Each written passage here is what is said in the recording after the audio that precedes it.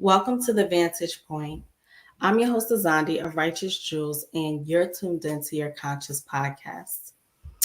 I've had some conversations recently about this podcast, about the Vantage Point. And, a lot of family members, even some that are of another race, was interested in listening to this podcast and was wondering why, we kind of address racism and things like that. And so we always start by describing what the Vantage Point is, what it is that we seek to do. So here we like to inspire Nubian Melaninites all across the diaspora, all across the world, to see their lives, to see the world from a different vantage point, to see the world from a new and a different perspective that will help change their condition, change their lives. So we're pushing people towards liberation, right? Nubian people towards liberation. Every other race experiences their own liberation for their kind. So it's my contribution towards my people, those like me. And it's not against anyone else, hey, we love everyone, right? And so is to inspire those who look like me to liberate, to seek liberation for self and kind, so we can change our conditions. So that's what we're doing here on the Vantage Point. And so we cover all different types of topics, from religion to history to relationships to all different types of stuff. Anything you can think of, we try to cover it, right? We speak about the mind, we speak about health. We have practitioners that join us. And what we're going to begin doing is having a lot of these practitioners join us each month to do a check-in, to speak with us. Because, a lot of times people, right? People take a dose of medicine and presume that they're healed, or, that they're not sick anymore. So we have to give that constant dosage of medicine here in order to heal. If you bought you herbs, if you have a jar of herbs like I have here, if I take one of these, it won't work, right? So I have to take and make sure that I finish the jar for it to work. So that's what we're doing here within healing the mind, body, soul, spirit. We have to give you constant dosage of medicine because the world is giving you constant dosage of toxins. So in order to reverse that, we have to do our part. So we bring in speakers from all across the world, different scholars, philosophers, theologians, linguists, professionals from different backgrounds and different walks of life, to share with us an experience that will help to change that vantage point and to help propel us and give us the tools for liberation, right? To fight this everyday fight towards liberation. And so today we are having a conversation about relationships. I had a guest, he's been on a lot frequently, Reverend Dr. AJ Rama, which we are very honored to have on this show. And I asked if he can come on each month to do a segment, right, to give you some of that medicine. And he agreed, which I'm very grateful for. And so this is going to be another relationship conversation. And we're speaking about the stages of death, right? Which runs parallel with, the stages of grief, some people call it, when you lose a loved one. Because it's said that people come into your life for a reason, a season, or a lifetime. And nowadays, right, we don't get to those lifetime relationships, whether it's a friend, a family member, because they say now that the average lifespan is 77, age 77, 75, 73. So because of the foods we eat, because of our lifestyle, that lifespan has been shortened. And in the relationships, we don't have many times a strong foundation that would keep us together for that lifetime. So they say the average relationship is 2 years and 9 months. And amongst Nubian people, Black people, it's said that, we have high divorce rates, and many people now are not even, very low marriage rates, right? We're not even getting married. So We want to constantly have these conversations. And when we are in these different relationships, we create a cord, we create a bond. We're supposed to create a cord, we're supposed to create a healthy bond, right? So we want to look at these stages of death when you are removing someone from your life that you may have bonded with, et cetera, et cetera. So I'm not going to talk for too much longer. I'm going to bring our guest back on the screen, Reverend Dr. AJ Varma, which we want to thank you for being with us today. You're on mute. I was saying thank you so much for having us. I'm smiling because after a while I started listening and had to catch myself and remember. Yeah, part of the Yes, conversation. I was like, let me stop talking. Let me stop talking. So, before we actually go through these stages of grief or of death, which you'll be helping us with today, I want to ask a few questions just to kind of give us a foundation, right, of the conversation that we're having. Um, Now, I guess in certain relationships, you can correct me if I'm wrong, you have different levels of bonds. Maybe it's a person you've been with 3 months. You're not going to be as attached to that person as you are someone you've been with for a year, right? Or maybe the intimacy in the bedroom may create that attachment a lot sooner. You have to tell us, right? So we want to look at what type of relationship would this person even need to have that would make them experience these stages of death or grief. Well, I think it's important that before we get into the relationship part, I sent you a PowerPoint, just a few pages, Mm-hmm. and I would like to share that if Yes. you can. Right? I think people need to understand the stages of death, right? The death of a human being, natural causes, not a car or something, some type of violence, just actual death and the stages that the body goes through once it has died. Now, when we speak about just death in itself, they talk about these 8 stages that a person goes through if you ever go to a hospice or a nursing home where people are sometimes they're in a nursing home and they realize, okay, this person is about to transition and they move them to a hospice, right? A place where they're not going to try to revive, but just try to ease the transition into death. And they bring family around. They say, come say your last goodbyes. And then the person ultimately terminates. But that last maybe month or so, sometimes it can be about 3 to 6 months before the person transitions, grandma, grandpa, or the loved one, they start to not want to eat. Their body doesn't digest foods very well. You get into the 90s, a lot of people start drinking a lot of the, like baby milk, right? They call it Ensure and these kind of drinks, right? Or if you're in the islands, they make grandma and grandpa a lot of peanut punch or almond punch, a lot of milk drinks, because they can get their protein, but they just don't want to eat. They're not hungry. That's a sign. They begin to, they can't sleep, right? They fall asleep, and then we just wake up in the middle of the night, can't go back to sleep. Or stages of forgetfulness, right? These are systems of the body. Your body has 14 systems. The digestive system begins to shut down. So they go like a baby. A baby, newborn baby eats or drinks milk. That's their sustenance is milk or some type of milk-like substance, poor soybean or some type of thing that people give their child or children. And then the baby's stomach has to develop from just drinking milk and some fluids to introducing some applesauce or some type of blended vegetable into a puree that's allows them to still get food, but it's not really heavy food. And then they transition into the broccolis and the cauliflowers and the spinach. You blend that, some carrots. Then they transition into some soft carrots and soft broccoli, a little bit of salt, maybe some butter. Then they transition into eating more meals like an adult. The teeth come in, and the child is able to chew their food.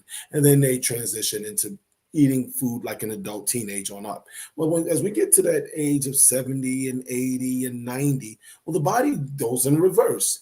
It begins to want softer food. So as a person gets into their 70s or 80s or 90s, depending on how well they took care of themselves and who's preparing their meals, a lot of older people want a lot of minced meat, right? If they eat meat, they say, I want some meatloaf. I want some mashed potatoes. I want some potato salad. I want some cream of mushroom, some soup.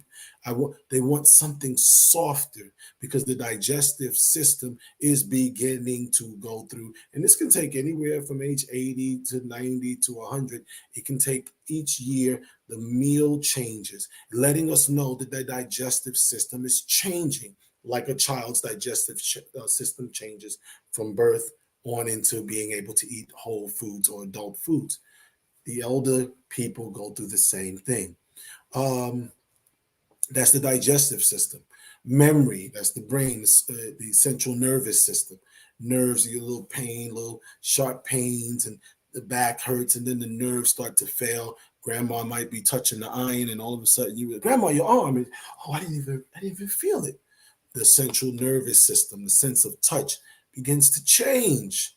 Like a baby will reach for an iron and they'll move away slow because, again, the system is developing.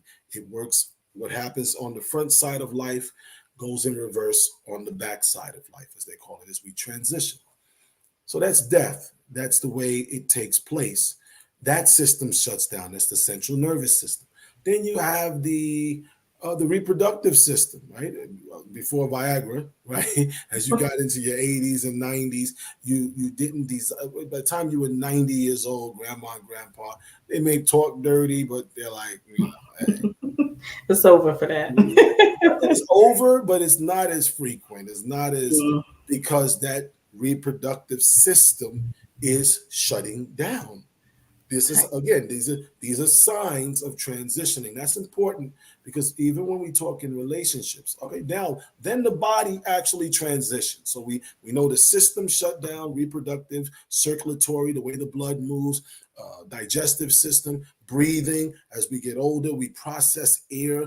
It's harder to process air. When you're little, you run around the house, run outside, run down the street, come back. By the time you get 50, 60, 70, if we don't take care of ourselves, we go walking and we're like, oh my gosh, what the hell have I signed up for? But it's not so bad. You can get yourself back in shape. But by 80 and 90, if you haven't eaten right, it's very difficult. In the morning, getting out of bed in your 50s and 60s is different than in your 20s. In your 20s, we just jump out of bed and run out the door and go to work. You get in your 50s, you get up and you walk out of the front door. You get in your 80s, you get up and go, I ain't going out the door today. It's too early, right? So again, it's not old, it's older, and the body goes through changes. That system of how we process oxygen, that's the respiratory system. So it starts to shut down. Take these 14 systems of the body, and then we look at what happens in death. If we can share that first page, if you can. Right now, this is death. So now the person dies. The first 2 hours after death, rigor mortis begins. The small muscles, they tense first. The face, the fingers, constriction starts to take place. That's the stiffening of the muscles after death. We're going to see how the systems of the body and the systems of how they go through rigor mortis after death, and the systems of relationships from birth, like a child, right? Because when two people come together, it's like giving birth to a new body called a relationship. But we'll talk about that in a moment. Person now, we talked about life, newborn child. They go through stages of from newborn to sitting up to crawling, et cetera, et cetera. Same thing happens with the food. Same thing happens with the different systems. Here in death, rigor mortis, first 2 hours, muscles start to tense up, the small muscles, right, which will be the face, the fingers. Then by 8 to 12 hours after, the body is in full rigor, right? The larger muscles like the arms, the torso, the thigh muscles start to tense. 24 to 48 hours, muscle tissues begin to break down and decompose, causing the muscles to become limp again. So they were tense, now they become limp because they're going to decompose. Then the largest muscles in the body, which are the legs, they start to break down. That's the exterior. Well, as above, so below, as within, so without. So without. So internally, now we got the large intestine. 12 hours are a meal. The food has moved to the large intestine. The stomach, 3 hours, takes 3 hours to fully digest the food through the stomach. Small intestine, 3 to 4 hours after a meal, the food has moved to the small intestine. 30 hours after a meal, the waste is eliminated from the body. It's in a system. Now you have other food that's in front of it. That's what's going out. That's in that system. Stomach contents of the body. If there are undigested stomach contents, right? When they do CSI, everybody was watching CSI, they'll say this person died at this point because the food in the body 0 to 3 hours after the last meal. If the stomach is empty with the small intestine full, death occurred within 4 to 6 hours after that last meal. If the eyes are cloudy, if the eyes are open, eyes will be fully cloudy if they're open 2 to 3 hours after death. So if we get there and you still see cloudiness in the open eyes, they've died within the last 2 to 3 hours. If the eyes are closed, the eyes will be fully closed 24 hours after death. Livor mortis, that's the blood, because your liver purifies the blood that pools in the lowest parts of the body after death due to gravity. So if the lower part of the body is the feet or the buttocks, depending how the body is positioned, that's where blood is going to be pooled. So if blood is pooled in the lower part of the body, the buttocks, but the person is laying on their chest, somebody flipped the body. Because the body should have, if I died on my chest, the blood should be pooled in my chest cavity. Right. If I died on my, up with my head on the ground, the blood should be pooled in my head. If I died standing straight up or sitting up, the blood should be pooled in my feet. Right? I'm just telling people how to get away with murder, I guess. Right? But anyway, right? This is what they're doing, right? Then you have the livor mortis begins to be seen 1 to 2 hours after death. 6 to 8 hours, livor mortis is mixed fixed, which means the blood has permanently stained the skin. So you start seeing blue or black kind of patches. It will not change when touched or moved because the blood settled there. Alga mortis is the cooling of the body. Now the temperature, we said in Kemet, earth, wind, water, fire. So the earth of you, that's the physical body. The wind of you, that's the breath body. The water of you, that's the fluid, the blood body. And the earth, wind, water, fire, the fire of you, that's the heat in the body. The body's temperature cools. This is important because, again, we're going towards relationships. I'm just trying to set the way it happens, because as above, so below, as within, so without. So alga mortis takes, and that's the cooling of the body. 12 hours after death, the body cools by about 0.78 degrees, by about a degree each hour. So if your body temperature was 98.6, if you've been dead after 12 hours, only 1 hour, it should have gone down by about a degree. The body cools when it reaches room temperature. The body cools by about 0.39 degrees Celsius. It's Celsius, which you multiply by 1.64 every hour after. So we can tell by how warm the body is how many hours the person has been sitting there. After a while, the body goes through what's called putrefaction. That's the first part of decomposition. It's signaled by the breakdown of the body tissues because bacteria from the inside out. So the body starts to liquefy. If you don't know, there's gases in the body. If you push the body, it'll fart, right? Flatulent or liquid can come out of the nose, the mouth, and it's putrefying. It's decomposing from inside out, as above, so below, as within, so without. So you decompose from inside. These are the stages, and about 24 to 72 hours after death, you watch all of this happen. That's child, crawling, walking, talking, eating, developing teeth, hard foods, soft foods, all the way to adulthood, all the way to old age. In old age, 80 plus, 90 plus, we begin to break down. Body begins to transition. We transition. This is the stages of physical death. All right. If we can go forward again. Now, the types of death, we just talked about physical death. Then we talked about decomposing or decomposition of the body. Different things can cause death, different stages to death, the process of death, the signs of death. Death, we say, is the termination of all biological functions. All biological functions necessary to sustain a living organism, which would be the kidney, the spleen, the pancreas, the liver, the heart, the brain, all of these systems, each one of these work within a system: circulatory, respiratory, reproductive, and so forth and so on. That's death, right? Mm-hmm. The process or act of dying. Mm-hmm. Okay. Mm-hmm. Then we have in relationships, which is what we are talking about this evening.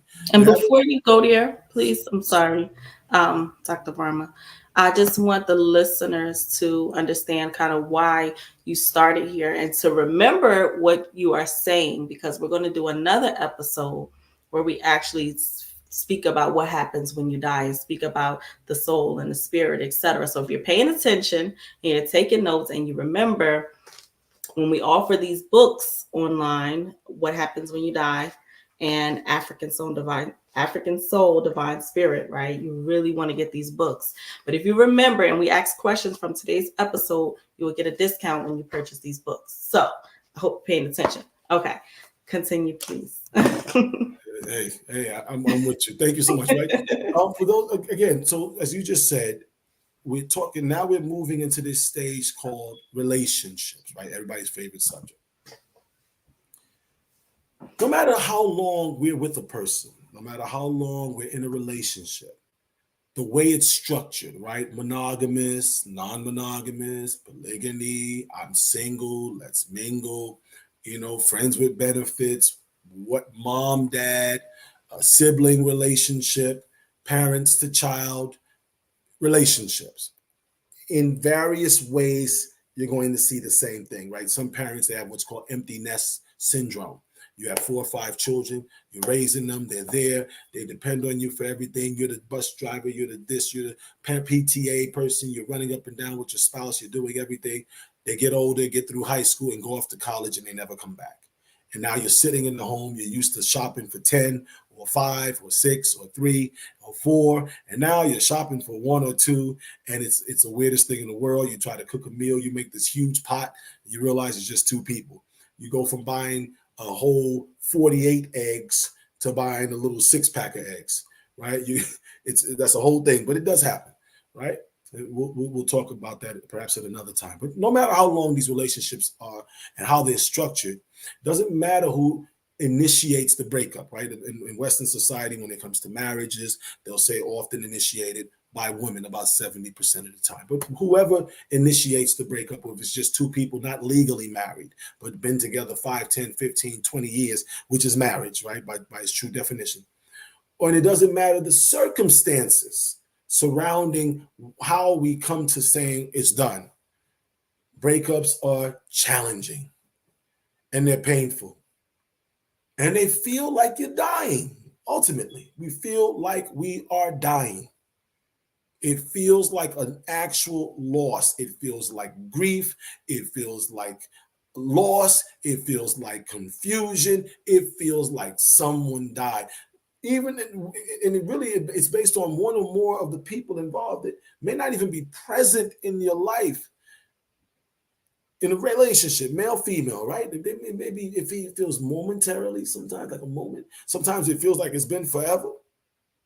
Because all of our goals, our hopes, our plans for the future, all of a sudden, they're gone. Everything I thought I was going to do with her, everything I thought I was going to do with him, everything we thought we were going to do with this other person suddenly is gone. We was going to buy a house. We were going to buy a car. We were going to have children. We were going to see our children get older. We were going to watch them graduate. We were going to go on vacations together. We were going to, I call it the gunners, right? All the things I was going to do. All the routines I got used to. I woke up every morning at 5:15, out the door 5:45, 6 o'clock, dropped the children to school, left them, dropped them this one, then took the other one here, then took the other child here, then turned the car back around and went back here, stopped at the gas station. The people at the gas station were used to seeing you. You had a routine. We had this routine. It was predictable. See, today we seek love and all this love, and I want to love and gifts. But the old people used to seek stability. Grandma and them sought stability. They sought predictability. They sought routine. Today, oh, this routine is so boring. Oh, we used to do so much more. I am bored. Was it Boris Cujo and his wife? And she was saying how, oh my God, I wish, we can go back to when we was dating, because he's like, he doesn't want to do anything anymore. It's boring. The routine, the stability, the predictability is what people used to want. And sometimes we get so predictable and so stable and so routine that one of us gets bored. And then when we lose that thing, we thought we were bored. Now the boredom is gone, the stability is gone, the predictability is gone, the routine is gone, and it shifts. Oh my goodness, it shifts. Yes. Now this is not linear, right? The chart that you're looking at on the screen is not linear, so it doesn't necessarily happen 1, 2, 3, 4, 5. But you have to be able to recognize when it's happening to you, or to someone who you may love, or to someone you don't want to love no more. Right? So at least you might know to avoid this stage. And everyone doesn't start at the same stage. Now, wait, before we get into the stages, if you don't mind, right? Before we get to the stages, there had to be, again, some type of intense or some type of connection, some type of chord, right? So can you first... Huh? We hope, I said. Right, we hope. So can you speak about what that chord is, what bond should be, and then that way we know once we're going through this process why it's happening? Well, the chord, when we speak of chord, and that would be metaphysics, right? True African spirituality or cosmology. We speak of chord, right? Chord like a chord, right? If I look at a wall, that socket is feminine, because it's made to have something inserted into it. It holds electricity, but once I plug that iron into it, that iron functions as male because it has the 2 prongs or 3 prongs. I push it into the socket, female, and when they're together, they create a connection through which electricity can flow.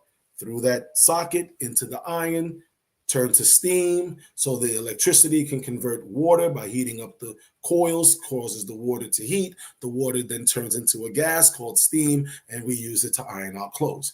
Relationships are very similar, right? 2 people come together, we copulate, we hang out, we go places, and it's not just male, female, that's on the sex level, right? But it happens between 2 brothers, right? Blood brothers growing up together, they create a bond, and they're creating an energy.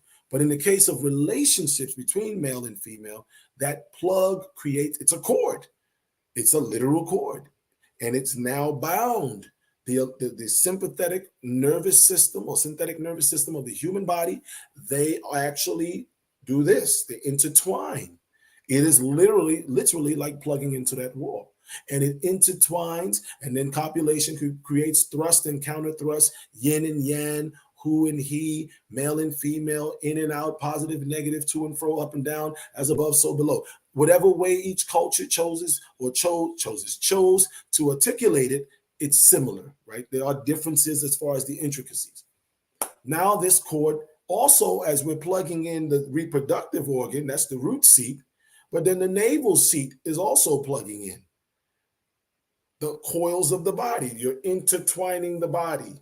Then as that's happening, the heart cords are being tugged on. All of this is happening all the way up to the brain in different levels, depending on the situation, the person, the place, the things that are involved. As this is happening, all of this is a result of the hormones of the body. But those hormones are produced by glands, and those glands work with organs, and those organs regulate the systems that we talked about that are dying. So the heart controls a system called the circulatory system. That circulatory system, if it's been injured, the heart produces a hormone fluid called troponin, like the engine oil in your car. If we want to know if it's time to change the oil, we can stick the thing in, the stick, bring it out, wipe it on a white cloth. If it's black, we know it's time to change. If it's dark brown, we might want to get it changed. If it's clear, that light tannish complexion, oil's good to go. We can know by the hue of it because the metal created fibers from the bushels. Okay, bushings. Same thing. Heart has a healing hormone that says the heart is running correctly. and it has a hormone that says the heart is not functioning correctly. Spleen has a hormone that says spleen is working correctly. Spleen produces a hormone that says spleen needs some work done on it. Kidney does the same. Renal failure can be predicted by a certain hormone that's secreted. Hormones produced by glands. Glands work with organs. Organs control systems. Systems control the body. Question.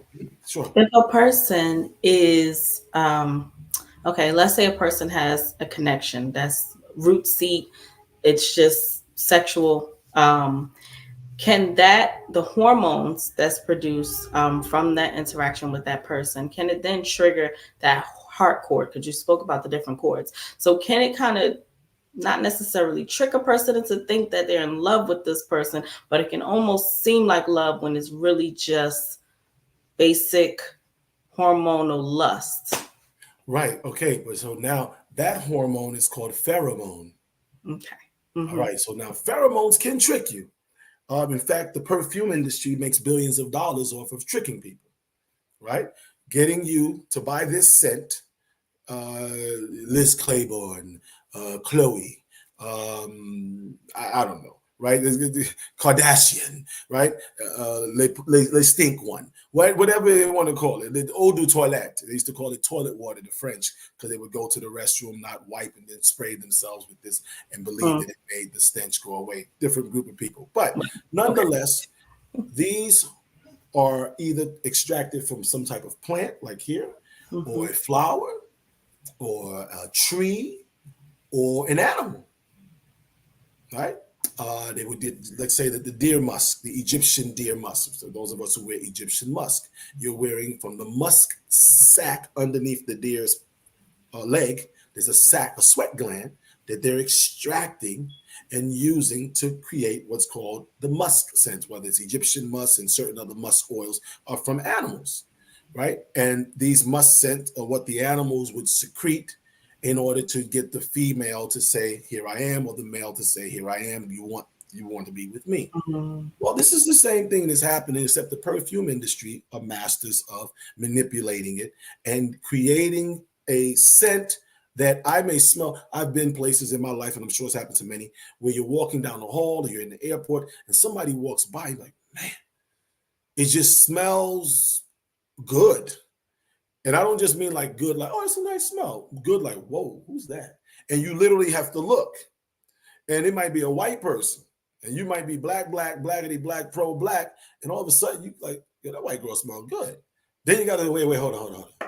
What the hell's going on here? She was wearing a scent that is the scent that would attract a male to a female. You don't got to think you all of a sudden got jungle fever or you got the swirl pearl or whatever going on. It's not that. She's wearing this. No, this is real. And it could be a white person walking past a black person and smelling it and thinking, oh my God, I got jungle fever. No, you just smelled the scent that says interest in the opposite sex. And because it was being worn by the opposite sex, it caught your attention, right? You don't got to go home and say 12 Our Fathers and figure out what's going on. It's just a scent. Now, but if you act on it, what if I act on it? That's what different. If I suddenly believe that this black person, white person, tall person, short person, thick, thin, male, female, he bear, she bear, whatever. All of a sudden, I think this person, oh my God, this is the one. Oh, it's like I smelled him. I smelled her. And oh, it was like, yes. And now I go and lay with this wildebeest or person. And then this wildebeest, I'm sorry, right? That's how we all see them when we don't want to be with the person anymore. Now, this wildebeest or person, now I done slept with them. This is the one. And then after the next morning, I wake up, they're in the shower. They went and washed off the scent.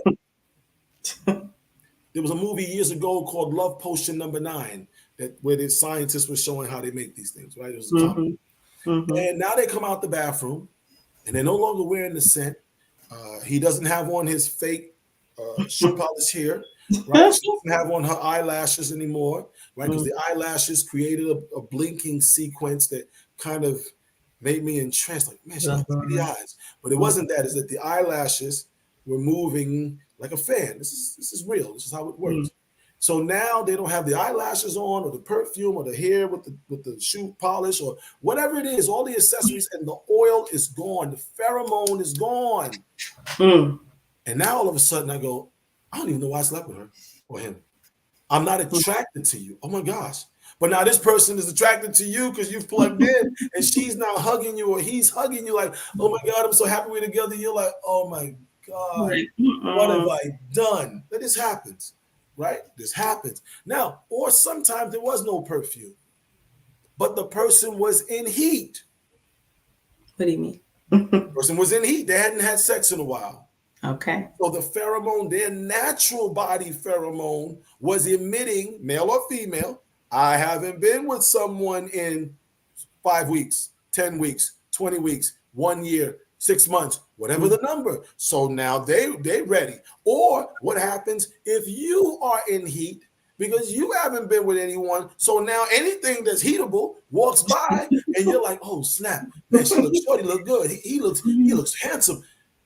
Hormones, but the one in particular is this pheromone, and it can trick us because I'm not calculating. Is that Eddie Murphy made a joke years ago? It says a person gets with you, you meet a person, and the person makes you wait 6 months, and then after 6 months she gives it to you, and you think, oh my God, this is it, I found it. He said, no, it wasn't that. Because if you didn't eat anything in 6 months, and somebody give you a cracker, you go, this cracker is delicious. It's the best cracker I've ever had. It's the body. We get tricked, and a lot of people, we're getting tricked each day, and we don't know because we don't study hormones, we don't study perfumes and oils, we don't study our brain chemistry and what is leading me and what makes me connect. Culture, however, would assist. Doctrine, however, would assist.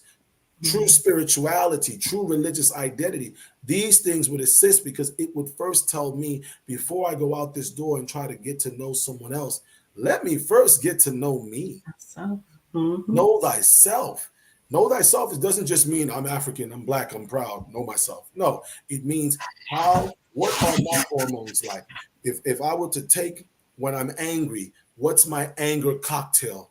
Everyone doesn't have the same anger cocktail. Some people's anger cocktail can get so mad that they kill somebody. That cocktail of adrenaline can get cortisol, and certain other hormones can get so packed they kill someone. Someone else's cocktail of anger makes them just say, I can't, and they walk out. Someone else's cocktail of anger makes them just laugh. They just start laughing. This is funny. And you're like, you laughing at me? No, they're not laughing at you. Their body responds to stress by producing a hormone that makes them smile. Not that they're laughing, but it keeps them from hurting someone. So these are hormones. And in relationships, it's very important. Most people don't understand. We've got to know, because you can either learn it on the front side or you can learn it on the first 48. Right? The first 48 is not where you want to learn hormones, because a lot of people, we end up in prison, and now we're behind bars learning and saying, damn, I don't know how I lost control because I didn't know myself. I didn't know my diet affects the organs, and the organs affect the glands, and the glands secrete the hormones. And thus I can literally cause someone to kill someone, love someone, like someone, dislike someone by just merely manipulating their hormones and how those hormones are expressed through the skin in the form of pheromones. There's people that don't get bit by mosquitoes, literally can sit next to 100 mosquitoes don't touch them because their body is not producing the pheromone that the mosquitoes are attracted to. Then there's others of us, we can't sit next to one mosquito. That damn thing done bit us 50 times in one night because you are just, you're like this filet mignon, and it's found, the filet of life. Yes. That's a reality. Okay. Now we're going to pause really quickly, right? We're going to get ready to go into these different stages. But before we do, we're going to take a quick commercial break. Now, again, this topic is important because I don't know about you listening, but I know people, you may be that person, or you may know those people who either was in a relationship, broke up, and went through these stages of death.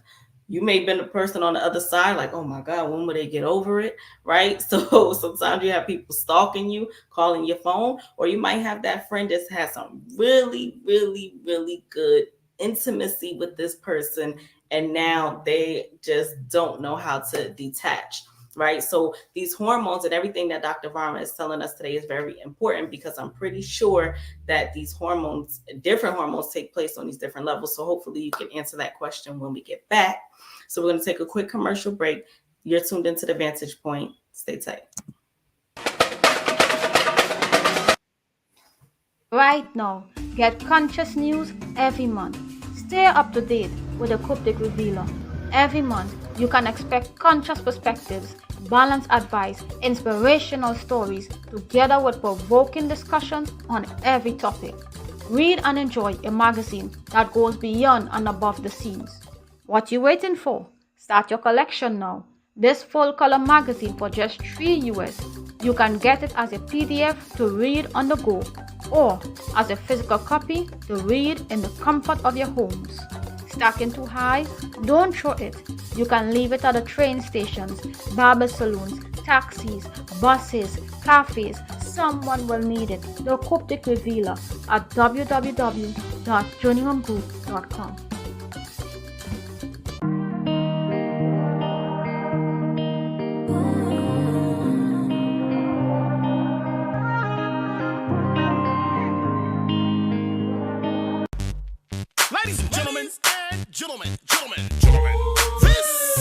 Ladies Conference. This year's Ladies Conference, we're bringing on the heat. Ladies, let's stop this crap. We're taking off heads. We're killing the lies. Ladies, let's keep it real. We're not perfect. We are not perfect. Perfect? No. This year, we're not holding back. Because we love you. We love you. We love you. So let's become better. Rise up.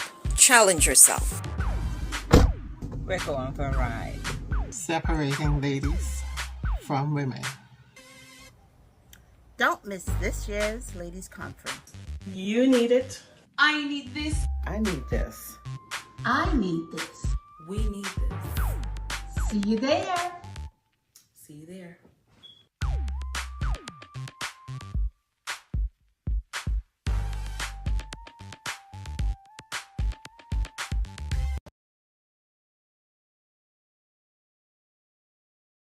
Welcome back to the Vantage Point.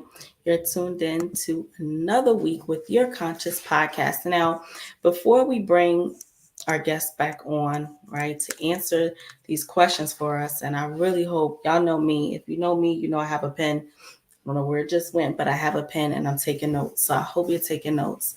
But a little bit of my personal experience, right? I've been on the other side of the type of relationship where I'm like, man, when will they get past this, right? And I understand that sometimes when you have a home or whatever the environment or space is that you were in with this partner for long periods of time, now that energy is there, right? And sometimes you feel like, man, I can't get rid of this energy, but you're not lighting your incense. So I wanted to take this moment before we came back on to say, if you do not have your Journey Home Group incense, it's all different flavors. And I love these personally, right? These are probably the last ones I have left. All different types of incense. And I actually will put the information below. Get you some incense. Remove that energy from your home. Remove that energy out your life. That's part of it. It's kind of getting rid of that energy before you even begin a new relationship or a new phase of your life. So we're going to bring Dr. Varma back onto the screen and welcome back. Thank you so much for your time today. I wanted to say something. You just said the incense, right? You said yes. Removing that energy, right? Because the incense is changing the pheromone. The pheromone, right?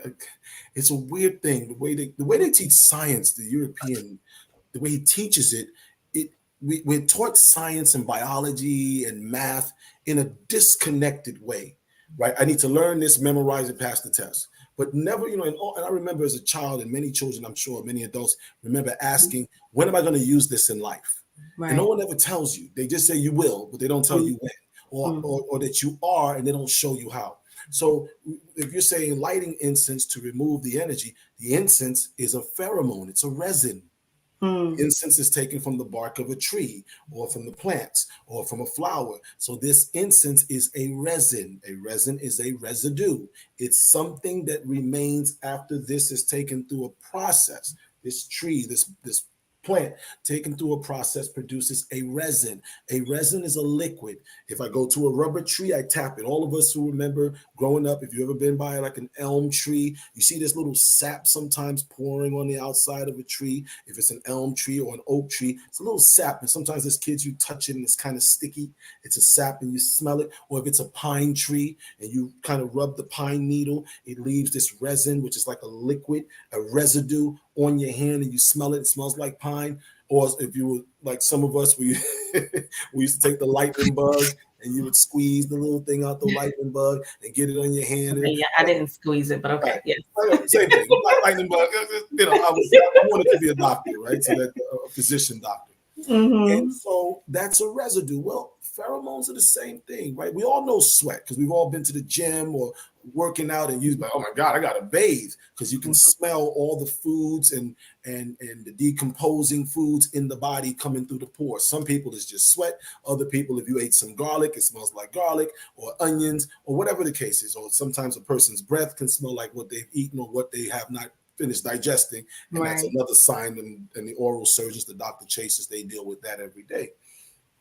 But in the case of the home, this residue is remaining from the person. It's in the clothes that they left behind. It's in the bed sheets, right? If you always watch with a particular, I don't say no soap names because they're not sponsoring, so they don't get mentioned. No free advertisement, right? I don't do that on anyone's show. Right. But all of these different things that you wash your clothes with, they have a smell. Right? This person was living with you. Y'all used a certain type of shampoo, body wash, Irish Spring, or whatever other thing I said their name, right? But anyway, so all of these type of, the best soaps or those type of things from the tree of eternal life. So you use these soaps that created a smell. That soap fragrance mixes with my body's natural oils produced through the skin, and the combination is that pheromone. So this person, their smell is in the house. It's there. So the incense, it does exactly that. When we say incense is used to remove adverse forces and those type, it's removing the smell. Remember, you smell with your eyes and you taste with your mouth. Excuse me, you smell with say it backwards. Hear with your eyes and see with your ear. Everything, the body's rewired, right? So your nose is here and you actually see with your ears. That's why people who wear glasses, someone walks in the room, you go, wait a minute, hold on, let me put my glasses on so I can hear you. So you're seeing with your ears, hearing with your eyes, right? That's why you have to turn to see what the person's saying. You see what I just said? Or turn the music down in the car so you can see. I got to turn to see what the person's saying. I got to look at you to see what you're saying, even though you're saying is with my ears. Then you taste with your nose and you smell. I say it backwards, right? You taste with your nose and you smell with your mouth. People say, what do you mean smell with your mouth? Whenever you smell something putrid, your first reaction is to spit. Why do you spit? Because the salivary glands, when you smell something, the salivary glands creates a taste for what you smelled to throw it out. That's how the body knows if you eat spoiled food, as soon as you smell it, you spit right out. You ever eat some food that's spoiled by mistake, you go, it wasn't the taste. It was the body smelled putrid. It smelled decomposition. You spit out. The body's wired, in an amazing way. Now, relationships. Yes. Right? We're talking about these overcoming these stages of death in relationships, and we'll do our best. But if we bring back up the little PowerPoint, bring that back up, please. Right. So now you're looking at grief, right? People don't realize that grief is a disorder. People say, what? Yeah, grief is a disorder because it's disorderly, it's disorganizing your hormones. I'm used to him or her. I'm used to our routine, thus my hormones. My oxytocin level is at 25. My dopamine level is at 15. My such and such. And all of this creates a cocktail. And when this thing has been disturbed, now my life is out of order. Some psychologists would say grief is not a disorder, but it actually is if we are looking at it from a hormonal level. And it puts me in a state of weakness. It weakens my immune system to where sometimes you'll get a head cold, you start feeling sick. I don't know, I'm coming down with something. Yeah, you're coming down with grief. And grief has changed your hormonal levels, thus affecting your immune system, because your immune system is a bunch of hormones. You call it white blood cells. Well, those white blood cells, those leukocytes, these different things are fluids that work to keep you in physical health, emotional health, mental health, spiritual health, soulful health, health of your being. When those things get offset, now I'm getting sick. What does it look like? Some people, when we break up, we see denial. I can't believe you leaving me. You can't leave me. You can't leave me. You just gonna break up with me? We gotta sit down. We gotta discuss this breakup. You ain't gonna just walk away from me. Nope, you can't walk away from all this man that you're looking at, all this chocolate mocha cappuccino. No way. There's no way you're gonna walk. I'm imagining this, right? This is how it goes. Right? No way you're gonna leave me. That's how it goes, yes. Right? All of this? No, girl. You can tell you right now, you gonna win. If you leave me, you're gonna regret it. That's not what we agreed to. We didn't agree to that. Right, we didn't agree to that. You didn't get my permission to leave me. You got to vote on this. You're going to leave the island? We vote off people off this island. Yeah. Right? Now I'm in denial. Person packing their bags. Oh, you ain't leaving. You just saying that. You'll be back. You going to miss me. All right? Now I'm in denial. Now I want to avoid thinking about the relationship. She gone. I don't want to think about the relationship. I don't want to think about nothing related to the relationship. I don't want to hear no song. I remember years ago, my first wife, we had divorced, and there was a song, I forget his name. It was called Nobody Knows It But Me. I forget who sang it, right? But I decided I'm glad you went away. These four walls go every day, and I'm missing you. Oh my God, that song came on, I want to break the radio. If I'm in the car, I want to pull the radio out the car because that song triggered a memory. The words, who wrote these, damn baby face? You wrote these words to make me feel this person that I'm missing. I want to avoid thinking about the person. I'm taking every picture she had or he had, every bit of clothes. I'm packing those clothes in a bag, but I don't want to throw them out because just in case he come back, he might come back for his stuff. So I'm going to put it in the closet, but I don't really want you to come back, but I do want you to come back. Get out, but stay. You get out my house, but don't you leave that front yard. Yeah. Right? Denial. Mm-hmm. You go through shock and disbelief. I can't believe after 5, 10, 15 years, everything I done for him, he gonna do me like that? Now I'm looking for answers, right? I gotta start looking for answers. I gotta go through. I found the old phone. Let me go through her old phone. Look what she was doing. Look what he was doing. Look what they were texting. Oh my God, freaks at night. They were texting freaks right. All this is going on.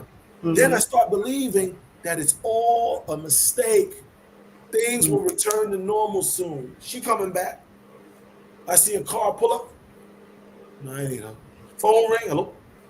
Hey, Mom. No, they say if it's meant to be, it'll come back. If it's meant to be, right? The old stupid saying, if you really love something, let it go. Let it go. If it's meant to be, it'll come back. You really love your car? Let it go. Just put the key in it and see if somebody take it. If it's meant for you to have that car. Then they come back. You'll bring, hey man, look, we'll man. Park it in front of your house. I'm just parking right back in front of you. Really? You love your dog and you let the dog out the front and let it run around and the dog goes missing. Don't worry. Stop crying. He'll come back. He's meant to be. He'll come back. Lose that money. I'm sorry. Money on the ground. Right. We start feeling nothing but relief and joy. Okay. or nothing but sadness and fear. Sometimes like, man, I'm so happy he's gone. I've been living my life. Now I'm putting on my new heels and my new this. I got my new shirt, going out with the girls, and I'm dancing. I'm turning it up. But inside, I'm dying. But outside, I'm like, yeah, I'm good. I don't need her no more. What you talking? Yeah, man, yeah. But inside, because my body created a connection to this person, we plugged into the heart seat, we plugged into the root seat, we plugged into the throat seat, we plugged into the mind. We are on the same mind, and this is what it starts. So sometimes in that breakup, we're gonna go through this denial. Whether it's at the beginning, the middle, or the end of the breakup, we go through denial of the other person or both persons. Then after we get through that point, in some way, form, or fashion, that shock and that denial, then we go to, and I want you, can you click to that next screen for us, please? Stages of grief.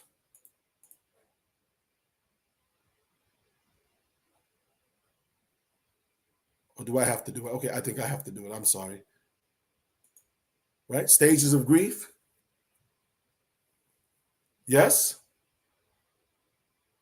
Right? When we get to that stage of grief, I'm not sure if you're still with us. Right? When we get to that stage of grief, Yes. right? That's the normal functioning. Right? So now if we looked at this, overcoming the stages of death in relationships, it's like a person literally dying. These are systems of my life. So normal functioning, that's where how I live, everything's going good. Then I'm going to go through this, and I drew it as a kind of a road that twists and turns and drops and rises and turns inside out, because now I'm in shock, I'm in denial, I'm going through avoidance, I'm confused, I got fear, I'm numb, I'm blaming. All of this that's that shock and denial. In some way, form, or fashion, I'm going to touch on and go through this situation over the next month, 2 months, 3 months, 4 months, 5 months. Now I'm angry. Ooh, if I see him. Ooh, I'm cutting his tires. I'm busting out his windows. Jasmine Sullivan did a song and women celebrated it. But if men went around cutting tires and slats, I bust the windows out of her car, that wouldn't be a good song. Right? If Neo made a song, Neo had to do a different kind of song. But if he did I bust the windows out her car, y'all would not celebrate that. But if he busted the windows out his car, that was a good song. But anyway, so the car get the windows busted out. All the friends get the slander. He ain't nothing. She ain't nothing. I can't stand her. She was a hoe. He was a this. He was a cheat. He's this. And all of this starts to become normalized. All of this starts to become where it's all everywhere you turn. Now I'm frustrated. I got anxiety. I'm sweating, but I'm pissed. I'm irritated. I'm yelling at the kids. I can't believe you talking to your mama. I can't believe you talking to your dad. Now I'm embarrassed because people who are used to seeing you, hey, how's John? Oh, AJ, John and I are no longer together. My bad. And it's just when that person starts to curse you out and starts to call you with the anger and and then shame. Because now you're ashamed because she left me for some other dude. Or she left me because I wasn't good enough. Or she left me, or he left me because I cheated, or she left me, or he left me for someone else. He had options. She had options. She chose an option over me. No, it's my body going through a sense of disconnect. I feel lost. Without culture, without religious identity, true religious identity, without true spirituality, I don't have a way of resetting my life to zero, to reboot my life and start again. Because I feel abandoned. I feel hurt. All of these are things that people are going through. Now, from anger and shock and denial, then there's depression. Oh my goodness, they're not coming back. Not again, not in necessarily this order. It can happen. You can go through depression first and detachment, and then go through shock and denial, and then anger. It's not linear. So please don't say, but I thought this is how it's supposed to happen if you ever go through it. Right? Just know where you are, and you don't have to stay there long if you know where you are. And then we'll talk about at some point in the future which hormones are affixed to anger, depression, attachment. Then you'll know how to shift your hormones, shift your diet, shift the kind. Don't listen to love music when you're breaking up, when you're going through heartache. That is not the music. And don't listen to kill them niggas, kill them. Yeah, right. Don't listen to that either, because then you want to kill everybody when you're in anger and frustration. Mm-hmm. Then depression at some point will come about. You get overwhelmed. There's no energy. Nobody, I keep choosing the wrong people. People keep doing me wrong. I'm a good person. I don't know why this is happening to me.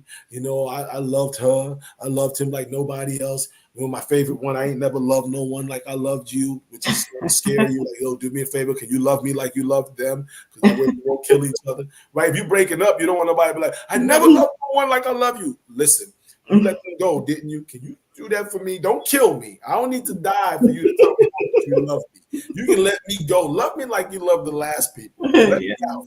Right? So again, we're all laughing because we've all been through all sides of this in some way, fashion, right? That's why we can laugh. I'm sure people in the chat room are laughing, but we're not laughing at they people. are. They said true. Yep. Right? We're laughing at ourselves, right? Mm-hmm. We're laughing at the reality of what we are, right? Because we're not mindful of the hormones in our bodies. Then we go through that. Then there's dialogue and bargaining. Now this happens at some phase. Hey, how you doing? You tell the girl, get the hell out of my house. Hey, you ain't nothing. Your mama ain't nothing. And your grandmama, well, she all right. She make the macaroni and cheese, but you ain't nothing. Get out. All right, cool. So now I'm out the house. Then you start looking at your phone. Hello? Hey, I'm sorry I was yelling and screaming at you. I ain't really mean, I just, how I get sometimes when I ain't getting enough sleep. But I just want to know, can we just talk? The other person, like, if it's a girl or guy, well, I get, go ahead. Right now, you dialogue and you try reaching out to their mama or their sister or their brother or their best friend or somebody you hope can kind of speak on your behalf. You want to tell your side of the story. You need closure. My favorite word, closure. People say you got to get closure. They don't close their legs. We don't close our legs. We just want closure. The quickest way to get closure, close your legs. I'm probably going to get cussed out in the DMs, but ultimately now we want to bargain. We want to dialogue. We want to talk to other people. We want to tell our side of the story. We want to hear the other person's side. I know I never really listened to you. I'm ready to listen now. I'm ready to change. I'm a better man. I'm a better woman. I was tripping. Whatever. We dialoguing. Can we just go out to get some dinner? Can we start over?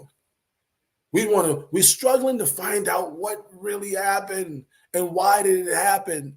Because I was supposed to be with you. You my wife. You supposed to be with me till death do us part. And you ain't dead yet, so why are we parting, right? So this happens to all of us in some way, form, or fashion. And then at some point, if we're lucky, some people, it takes years. For every year you were with a person, it takes about 3 months if you're not conscious. So think about that for a minute. If you were together 5 years and it takes at least 3 months, that's 5 times 3, that's 15 months. 3 to 6 months. So let's do 5 times 6. That's 30 months. So anywhere from a year and a bit to 3 years before a person may get over another person if they don't understand their own hormones. Now, some of y'all going, that's why that nigga keep calling. That's why she keep stressing me, because he has not fully unplugged. Some people will say, man, how you just move on like that? It's not that person just moved on, is they had control of their hormones. They understood these are the stages of the breakup. This is how I'm supposed to feel. I want to kill the world. I'm going through kill the world feeling right now. But how do I counter kill the world? Let me get some work going. Let me start something that I've been trying to build this house. Let me get to building this house. Let me get my mind focused on something else. Those things that person is doing to refocus their mind, does the hormone level have to match the same hormone level? It's like if I have a bad habit, right? If I have a bad habit and I smoke cigarettes, I don't. But just say my habit was smoking cigarettes. It's not, never has been, right? But if my habit was smoking cigarettes, and they say, okay, we're going to get you off of smoking cigarettes. They'll try to give you some nicotine gum to match the same amount of cigarettes you smoke a day. But if the gum doesn't match the same amount, you might have to chew more gum or you'll regress back. Or if I do finally stop smoking cigarettes via the nicotine gum, then I got to find this habit of doing this. That's a habit. So though I stop desiring the nicotine or the cigarette, the habit of doing this, if I'm not careful, I might replace it with eating. Now I've put on weight. Now I'm really depressed. Now I get back to smoking. But if I understand that not only do I have to replace the habit for the nicotine, I've got to replace the habit of going on a smoke break every 30 minutes. I've got to, because if not, it's a Snicker break. And now I'm going from cigarettes to Snicker. And now I got a Snicker body, right? Snickers or Milky Way or whatever. If that same habit of doing this, if I don't replace it with a hobby, right? If my hobby was running the street and chasing women, I better find a hobby that gives me the same endorphin and oxytocin level of chasing women. It might be bowling and going into a bowling league, and the excitement of the league gives me the same high.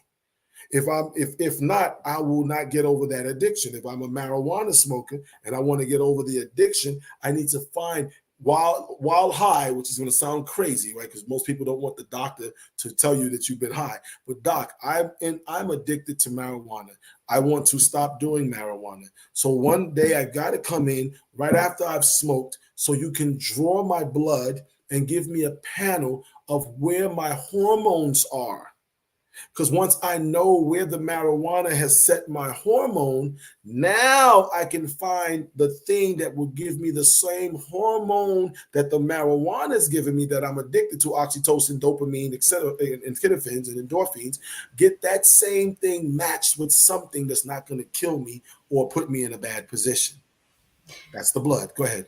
Now, when you begin to take on a new partner, right, after this relationship, does that partner need to also match that hormone level, or can you mix between that partner and the other activities? Or is it different because this is an actual person? It varies from person to person. See, if I were in my culture, right, if I'm a Nazarite, then Nazarites who live the way of the Nazarene, not just identify with it, but actually live it. Our teachings of the science and art of sex is taught by the men priesthood in that parchment, the Love, Lies, Liberation parchment. Those teachings say this partner needs to know my story. They don't need to know the size and the depth and how many times we did it. They need to know what type of relationship I was in that I actually liked. What in that relationship did I actually like? What in that relationship did I actually dislike? Because whatever he or she liked and disliked set their hormone levels. Now, some people will say, I can't stand if you leave a dish in the sink. I mean, that just get my blood just as hot as can be. And if you don't tell the person, look, man, one spoon, right? That was my mother, right? One spoon in the sink and I'm going to lose my brain. It wasn't the spoon in the sink that was doing it. It was a trigger, but it was leaving a house untidy and feeling that it was a reflection of her. So if you at least understand that, you don't get caught up on the spoon, you get caught up on she wants a house that's tidy. Now I need to figure out, because you wasn't born knowing that. Oh, you had a mother that used to beat you if the house wasn't tidy. So you bought into that to keep from getting beaten. So you have now equated an untidy house with getting beaten. So your frustration is your body is conditioned, your hormone levels. Oh my God, untidy house, beating's coming. So before you beat me, I beat you. Now I cuss you out. This is how it works. But most relationships, we're not having these conversations. I get with this person. They've been with 20 people. I've been with 20 people. We've lived with 20 people. We're both 50, 40, 30, 20, 70, 60, whatever the age, and no conversations. And now all of these are, your body didn't forget it. Your body is 100% cognizant of what's happening. You are disconnected from your body. The average man or woman, we don't know our body. We don't know the hormones. We don't know what's really happening. So we are living life, and there's these hormones and these organs and these microorganisms that's inside the body and inside the brain, and they're living their best life, right? Or they're living their own life, and we have no knowledge of it. So that new partner needs to know. But again, if I tell it, then I'm back to what? What am I back to? I'm back to shame. Where was shame? Under anger. I'm trying to get a new relationship going. And if I got to tell my story so that this person know where I come from, I'm now back in shame, embarrassment, irritation, anxiety, frustration. But then if it's too many questions being asked of me, I'm back to anger. Now that former relationship is now having an impact on my new relationship. My inability to resolve the shame of the former relationship by having a real conversation about what led to that shame leads me to still behave anti that shame, that embarrassment. Somebody cheated on me before, but you better not never cheat on me. I swear for God, if you cheat on me, my last person cheated on me, I'll kill you and the dog and the goldfish. All of that because we didn't have a goldfish too, right? All of that because we didn't have a conversation. But what does it lead you to? Back to anger. Now you're acting angry towards this new partner, and they don't know why, because what they have done, right? What they've done with you and by you does not necessitate the way in which you're reacting to them. And they're going, but why are you so angry at me? We just been talking for 3 weeks. I dropped the salt shaker. You know what I'm saying? And I didn't know when I dropped the salt shaker, you heard shaking like a salt shaker. And that was his favorite song. And so you saw the salt in your mind, heard shaking like a salt shaker. And I'm like, what you say? And you're like, I can't believe you dropped the salt. And people are then arguing over salt and sponges and pillows on the you put the pillow on the couch and it's supposed to be the green side up and you had the red side up. And this person now to the new person is going, oh my God, you're crazy. You're freaking crazy. And for all intents and purposes, because the hormones all over the place, you are crazy. Or at minimal, we're acting crazy. Unstable. The hormones are not being regulated by the individual. I hope I didn't scare anybody tonight. I know. Comment, share with us how you feel about this conversation today. We'll come back on. This is a long one. This is first of all, Sister Azadi, I appreciate you always bringing us on. Yeah. I appreciate you what you're doing and how you're giving your piece. You're contributing your piece to this puzzle of our lives as a people, and that's huge because most people don't want to do that. Most older people, younger people, middle-aged people don't want to put their money where their mouth is. They don't want to put their livelihood on the line. They don't want to for what they say they believe in. Everybody, we like to play it safe. We'll do what we do, but we don't want what we do to interfere with our other life. But every week you come on and you bring different speakers from Gijan T to Dr. Gijan T to Dr. Elaine Ferguson to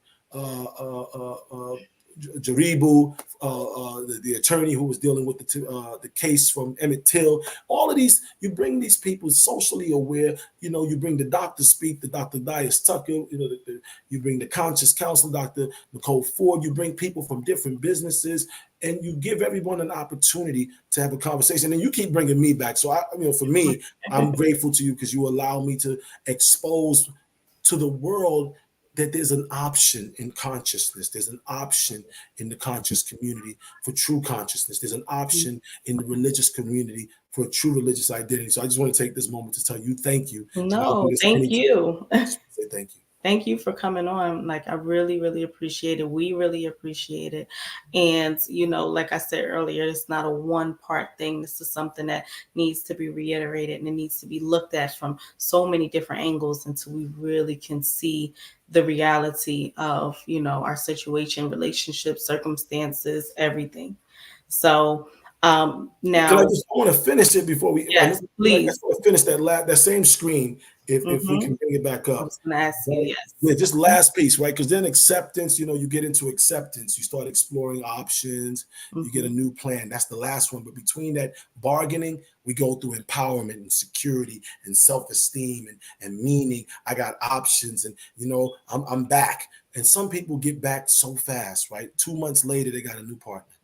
2 months later, they got another new partner without purpose. Right? I'm not saying don't have a new partner, but a partner without purpose. You're getting with this new person just to fill a void and not getting with this new person to actually get some stuff done. There's a difference between getting into a new relationship just to fill a void and getting into a new relationship to actually get some stuff done.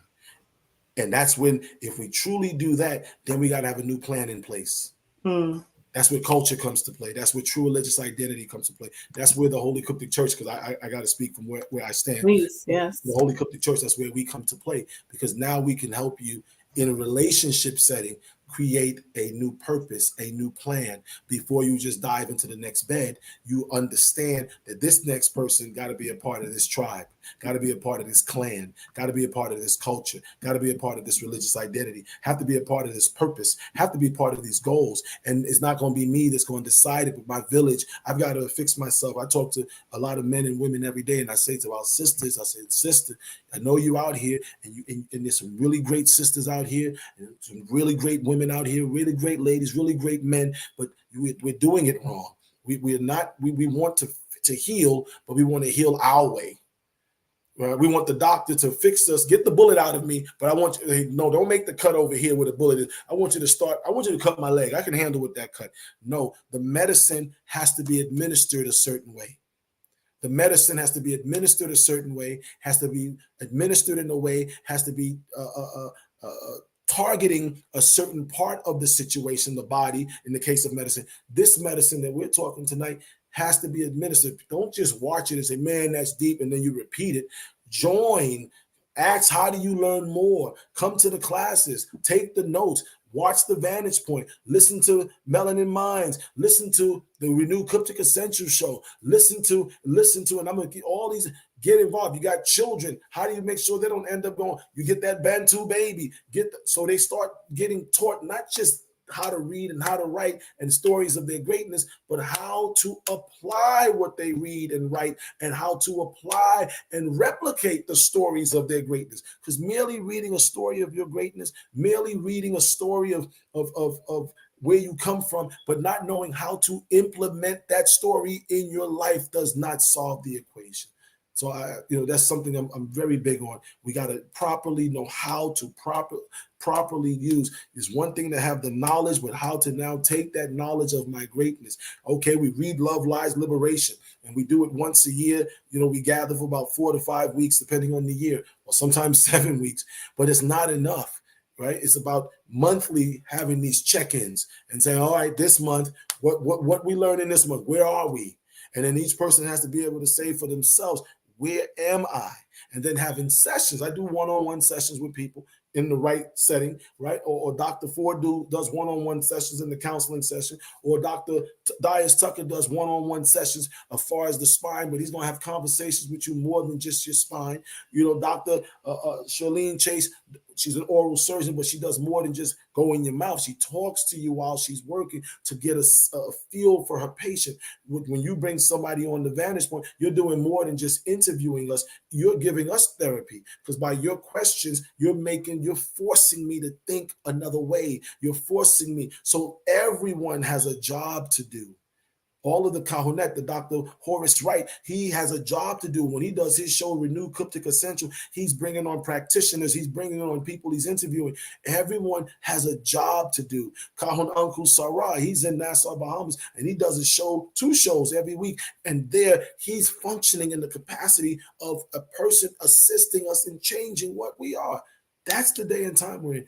Other than that, we can do all the shows. We can talk all the talk. But if the shows and the talk don't end with a culture, a plan, a day in, a way of life, how to walk, how to talk, how to dress, who to like, why you like them, what they got to be like. And if they stop being that, how to get rid of them, because you understand these stages of death. So you know how to creep up and get away. Yes. Okay. And before we close out, right? Because we're solution oriented, we want to get the solution. So if someone is going through these stages of grief, right, or stages of death, what would you encourage them to do at this point to begin to kind of speed up and get towards that recovery process and more towards just being revived in themselves, their spirit? Well, if the person, it depends what side of the equation they're on. If you're the person who's okay with leaving, right, which you're really not okay, right? You really, no one's really okay with the breakup.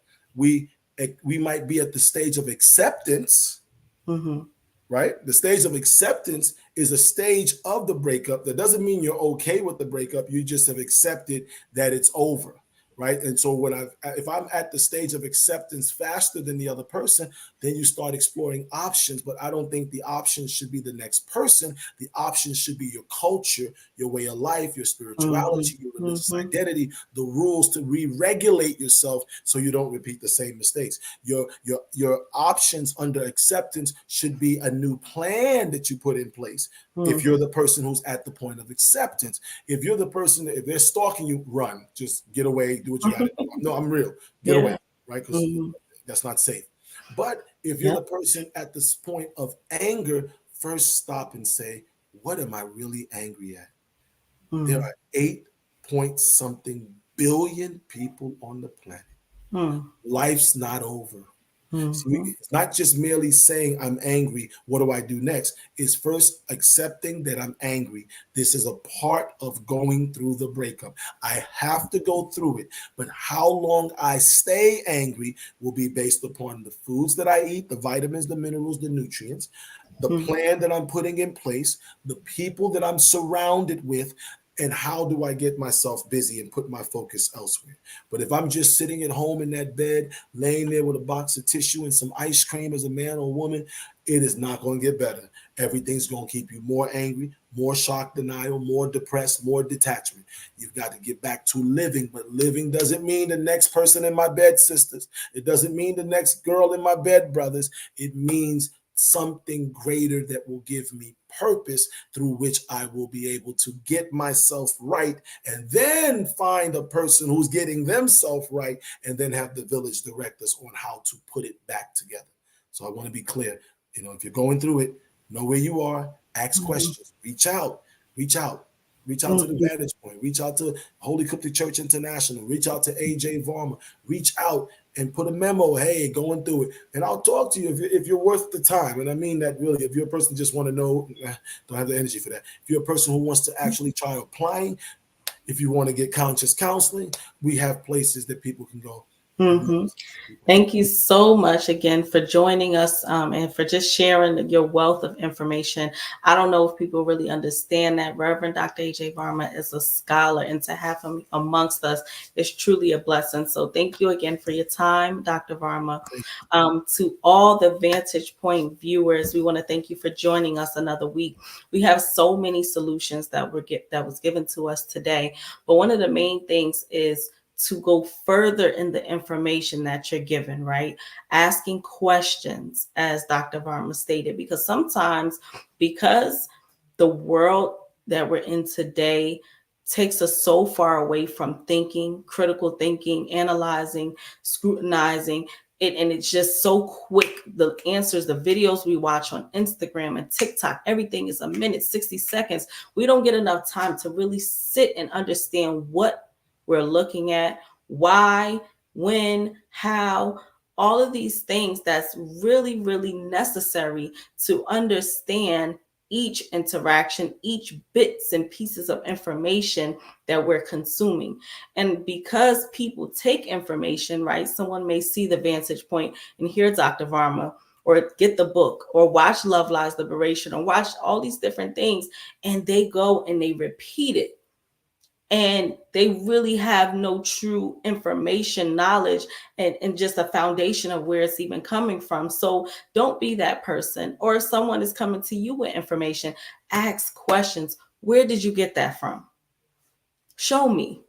Ask them to take you and show you. Because as I say always, my teacher is your teacher's favorite teacher. And sometimes we don't realize that sometimes the people we're looking at is getting it from someone else, such as Dr. AJ Varma. So I just had to throw that in there. I've been really, really waiting to say that. So thank you again for joining us on The Vantage Point. We look forward to seeing you next week.